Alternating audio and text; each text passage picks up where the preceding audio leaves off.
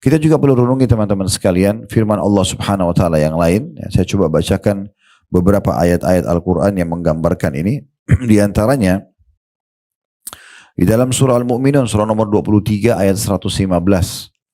Kalau teman-teman nanti buka Al-Qur'an di saat lagi tadabbur, lagi merenungi makna-maknanya di rumah, bisa dibaca Al-Mu'minun surah nomor 23 dari ayat 99 sampai 115.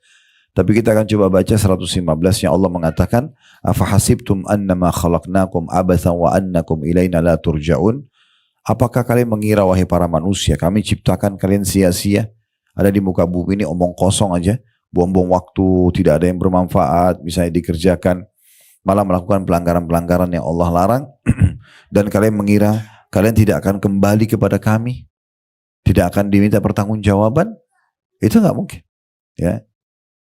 Ibnu Qayyim al-Jauzi rahimahullah berkata, makna daripada ayat ini, apakah kalian diciptakan tanpa ada maksud dan hikmah, tidak untuk beribadah kepada Allah, dan juga tanpa alasan dan balasan dari sisinya? Kan betapa nihilnya kehidupan teman-teman. Kalau kita baik sama orang tua kita baik sama tetangga, kita suka memberi, ya, kita senyum dengan orang, kita berbuat baik, lalu tidak dapat balasannya, kan nihil sekali gitu ya, kayak hampa kehidupan. Atau kita berbuat jahat, kita kejam sama orang, zalim dengan bawahan kita misalnya karena kita punya power, atau pemimpin pada masyarakatnya, lalu tidak dihukum, itu kan berarti aneh sekali ya. Allah berfirman mengatakan, "Wa may ya'mal mithqala dzarratin khairan yarah." Ketahuilah, siapa saja dari kalian berbuat satu kebaikan seperti biji sawi, akan diperlihatkan dan akan terima balasannya. Wa may ya'mal mithqala dzarratin syarran yarah. Siapa yang berbuat seperti biji sawi dari keburukan juga akan diperlihatkan dan akan dihukum kepadanya. Semua teman-teman sekalian, nikmat yang teman-teman rasakan, misalnya kita makan makanan enak, kita minum, istirahat, kita pakai baju yang enak, ini semua miniatur surga, balasan nanti yang abadi di akhirat. Semua yang kita rasa nggak enak, gangguan orang, atau mungkin kita pernah keseleo, atau pernah kena beling kakinya, atau apa, itu adalah miniatur siksaan neraka. Itu akan ada. Kita kalau kerja, kita kerucutkan supaya lebih kita pahami poin ini. Kalau kita kerja di satu perusahaan, bukankah seseorang yang patuh dan melaksanakan tugas dengan baik sebagai staf akan dapat bonus dan gajinya? Bukankah sebaliknya, orang-orang yang membangkang, telat datang, gak mau kerjakan pekerjaan akan kena hukuman? Itu realita depan mata kita. Nah begitulah sebenarnya, itu kecilnya. Lingkup lebih besarnya akan ada. Ada yang akan menilai dan akan memberikan balasan terhadap perbuatan kita. Karena kalau tidak, manusia tidak akan bergerak. Kalau dia kerja ternyata gak ada balasannya, mungkin dia tidak akan semangat untuk kerja. Atau kalau orang berbuat pelanggaran, mengganggu orang lain, mengambil yang bukan haknya, lalu tidak ada hukumannya, mungkin kriminal akan di mana-mana. Tidak akan ada ketenangan kita rasakan. Nah ini semua menggambarkan kepada kita. Ibnu Qayyim, saya ulangi kembali, mengatakan makna daripada surah Az-Zariyat tadi, surah nomor 51 56, dan surah Al-Mu'minun surah nomor 23 115. Apakah kalian mengira aku tidak ciptakan jin dan manusia kecuali untuk mengabdi dan beribadah kepadaku?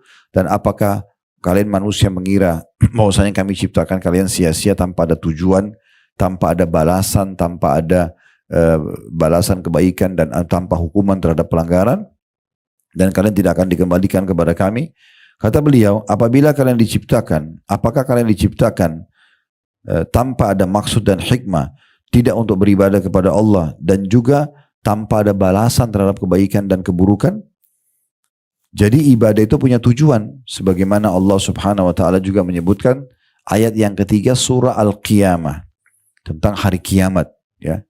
Kalau teman-teman mau coba mulai menyentuh secara keimanan, bisa mulai baca terjemahan surah-surah pendek di juz 30 aja.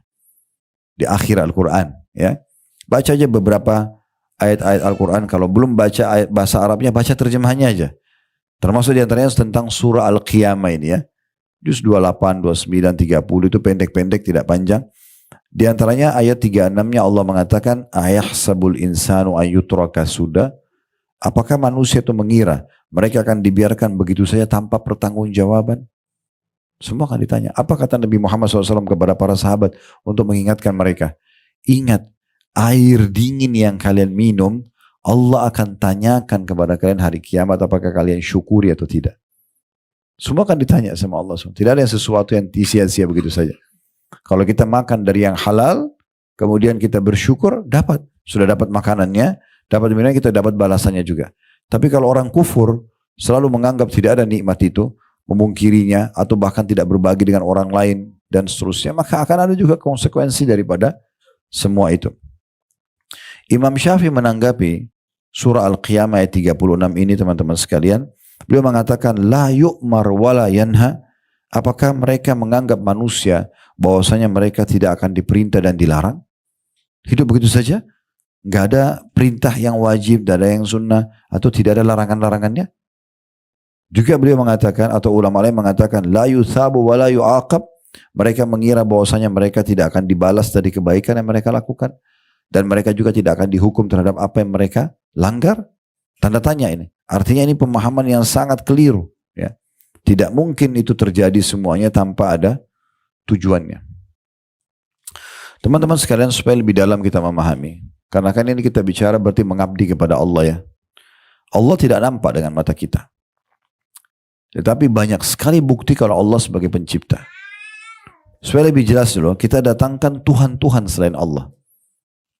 Fir'aun yang sampai sekarang muminya masih ada di museum di kota Kairo. Saya pun pernah bawa jemaah travel kami untuk datang ke sana dan melihat ya, mumi itu, karena Allah kekalkan dalam Al-Quran, hari ini kami selamatkan jasadmu hai Fir'aun agar menjadi tanda-tanda kebesaran kami bagi seluruh manusia. Bagaimana dia membangkang 10 tahun Nabi Musa dakwahi, ajak beriman kepada Allah, tidak mau. Fir'aun ini teman-teman sekalian fisiknya sempurna, tampan, tinggi, kekar, kaya raya, raja, keturunannya banyak ya. Di awal Nabi Musa bergabung di istananya memang belum ada anaknya, tapi setelah itu punya keturunan banyak dia.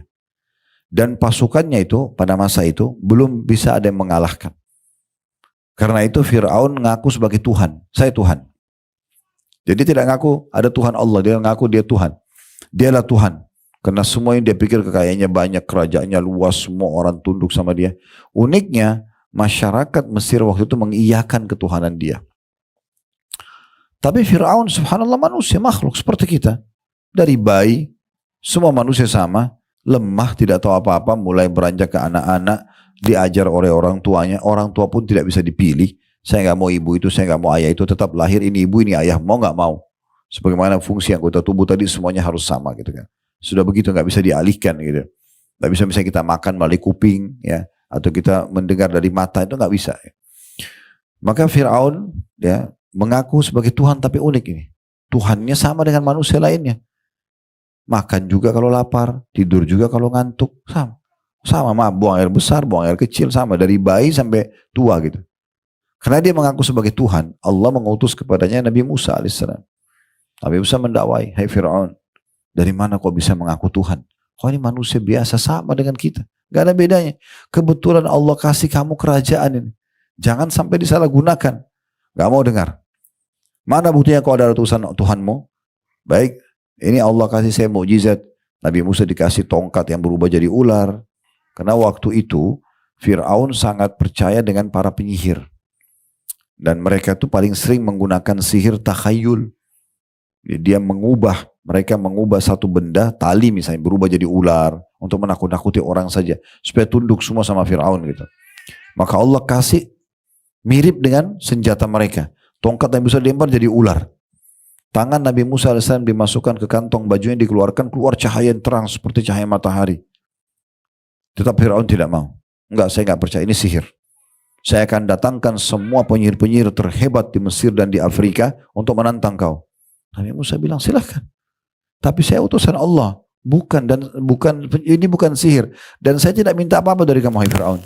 Saya enggak minta kerajaan kamu. Saya minta kau beriman sama Allah. Tetap kau jadi raja, silahkan. Tapi ngaku Tuhan enggak mungkin. Apa yang bisa kamu ciptakan? Setetes air saja tidak bisa dia buat. Kalau haus dia harus minum. Tidak bisa dia bertahan. Enggak. Saya kan pencipta. Saya enggak usah ada haus. Enggak bisa. Harus haus. Dan harus minum. Maka pada saat itu pun Allah subhanahu, karena Fir'aun tetap nolak. Dia disuruh datangkan penyihir. Ratusan penyihir datang. menantang Nabi Musa alaihissalam, dan dalam Al-Quran digambarkan mereka melempar tali-tali mereka berubah jadi ular. Allah suruh Nabi Musa alaihissalam lempar tongkatnya, tongkat Nabi Musa berubah jadi ular besar lalu memakan ular-ular tersebut, batal semua sihir itu. Dan semua penyihir Fir'aun sujud dan mengatakan kami beriman kepada Allah. Karena mereka tahu ini bukan sihir. Karena sihir itu cuma khayalan saja. Maka Fir'aun marah. Kenapa kalian beriman kepada Musa? Maka saya akan potong kaki dan tangan kalian. Ya. Akhirnya banyak juga penyihir yang sudah beriman dibunuh sama Fir'aun. Akhirnya ringkas cerita, Allah subhanahu wa ta'ala datangkan ujian-ujian yang berat bagi Fir'aun. Supaya dia yakin dia ini bukan Tuhan. Di antaranya Allah ubah air sungai Nil waktu itu menjadi darah. Setiap kali mereka lihat air. Tapi kalau mereka mau minum, karena waktu itu sumber minumnya orang Mesir dari sungai Nil. Kalau mereka ambil pakai gelasnya atau pakai teko atau pakai apalah pada saat itu bendanya, itu berubah jadi darah. Subhanallah, ini hanya terjadi pada Fir'aun dan pengikutnya. Nabi Musa sama pengikutnya tidak. Kalau mereka mau minum air biasa. Itu terjadi pada saat itu. Diskusilah mereka, ini dari mana nih? Apa yang menyebabnya? Kenapa jadi darah? Kita tahu kalau makan, kita masih bisa bertahan 2-3 hari gak makan, oke lah. Kalau minum, gak mungkin. Haus ini gak mungkin. Sehari aja kita sudah kering tenggorokan, gak mungkin. Kita gak mungkin tahan tanpa air. Kalau makan kita masih bisa tahan. Ya. Maka waktu itu mereka bilang sama Fir'aun, wahai Tuhan kami, wahai Raja kami, sungai Nil berubah jadi darah. Kita gak punya solusi lain. Lakukan apa saja. Sudah, kami sudah lempar tumbal ke sungai Nil. Mereka sudah beli sapi, mereka sudah lempar anak gadis. Yang jadikan tumbal. Kan waktu itu mereka jadikan tumbal gitu. Anak gadis datangkan dilempar satu tempat. Begitu. Macam-macam. Tidak ada perubahan. Maka mereka bilang, kami sudah lakukan semua. Tidak ada solusinya. Maka Fir'aun bilang, lalu apa saran kalian? Kata para penasehatnya, yang kita belum lakukan cuma satu. Kita belum minta pada Tuhannya Musa. Yang lain sudah. Kan Musa ngaku punya Tuhan tuh. Ya. Kita belum minta sama Tuhannya Musa. Kalau yang lain sudah kita lakukan. Sudah tidak ada lagi. Udah habis idenya. Ini gak bisa bertahan lama-lama. Air mati kalau gak minum. Maka Fir'aun bilang, kalau gitu coba panggil Musa. Kalau Tuhannya Musa bisa mengganti sungai Nil yang darah ini menjadi air, kita beriman.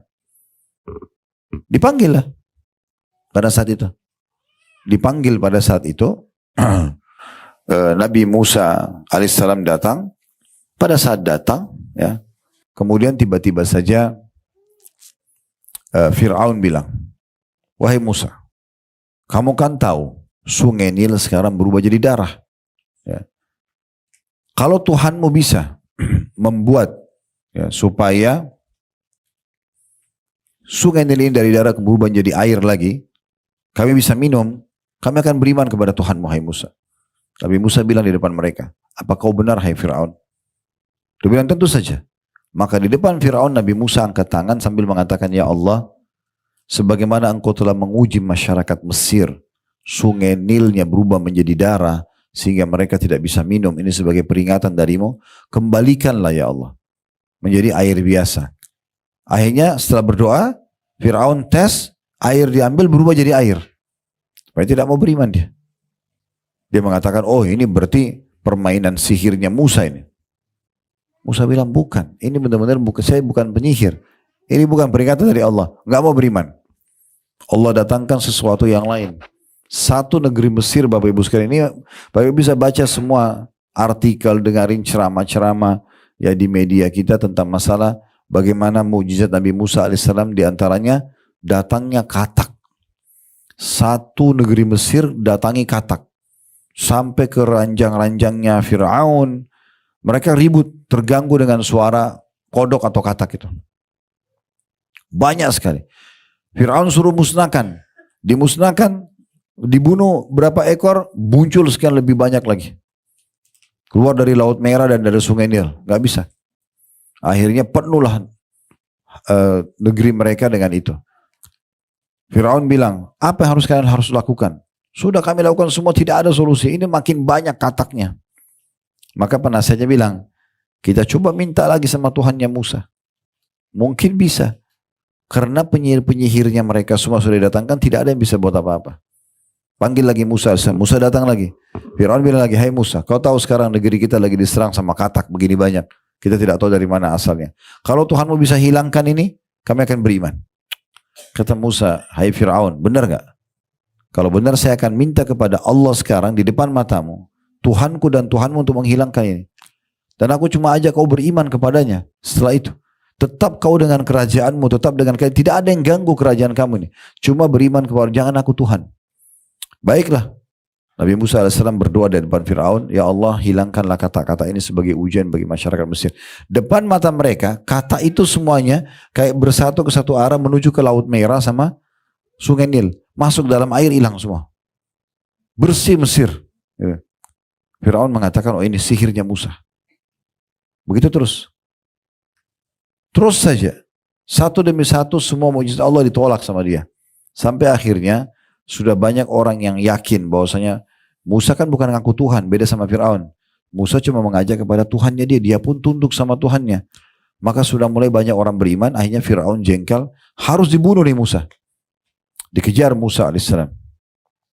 Musa manusiawi lari dengan pengikutnya.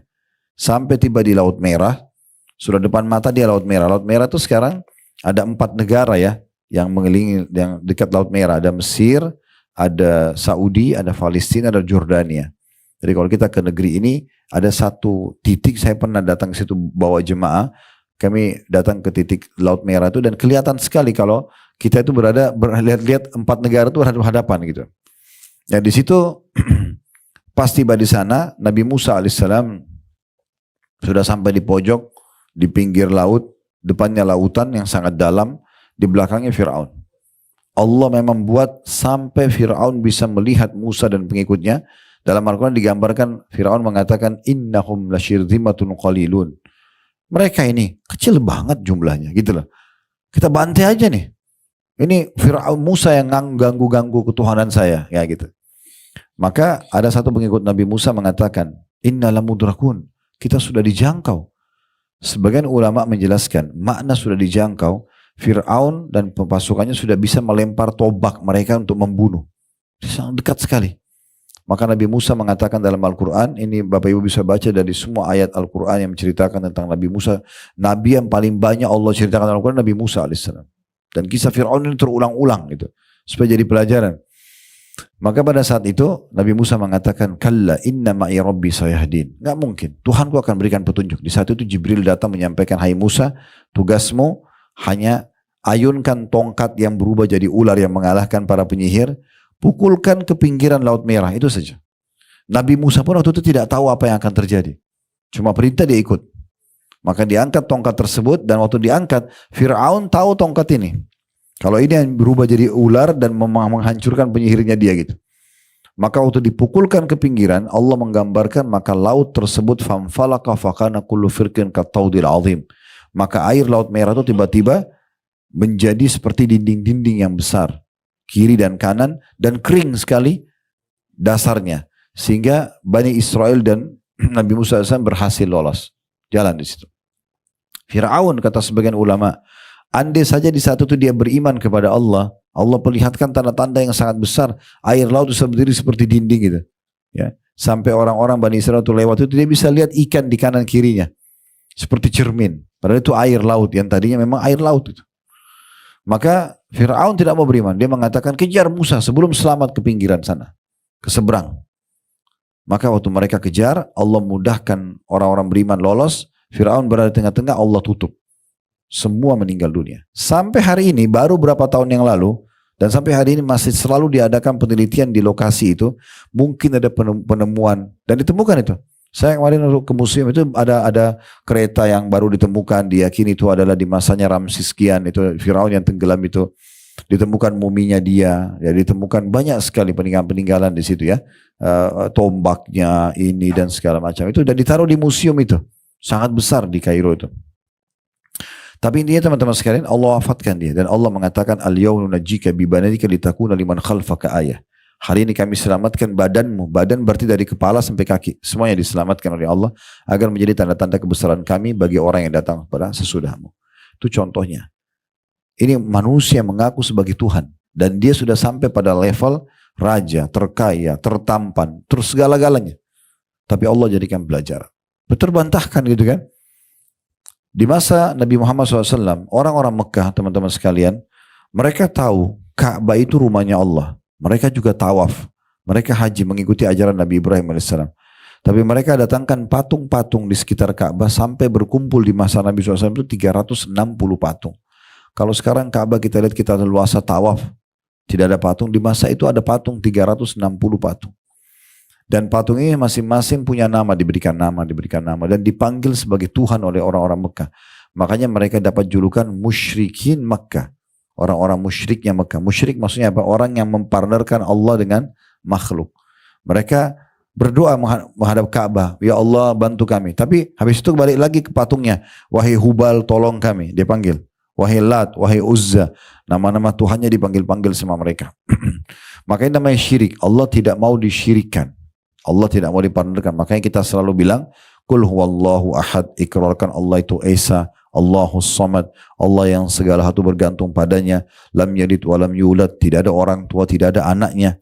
Allah Esa, walam yakul lahu kufuwan ahad, Allah tidak butuh pada siapapun. Itu konsep dasar 4 ayat surah Al-Ikhlas gitu ya.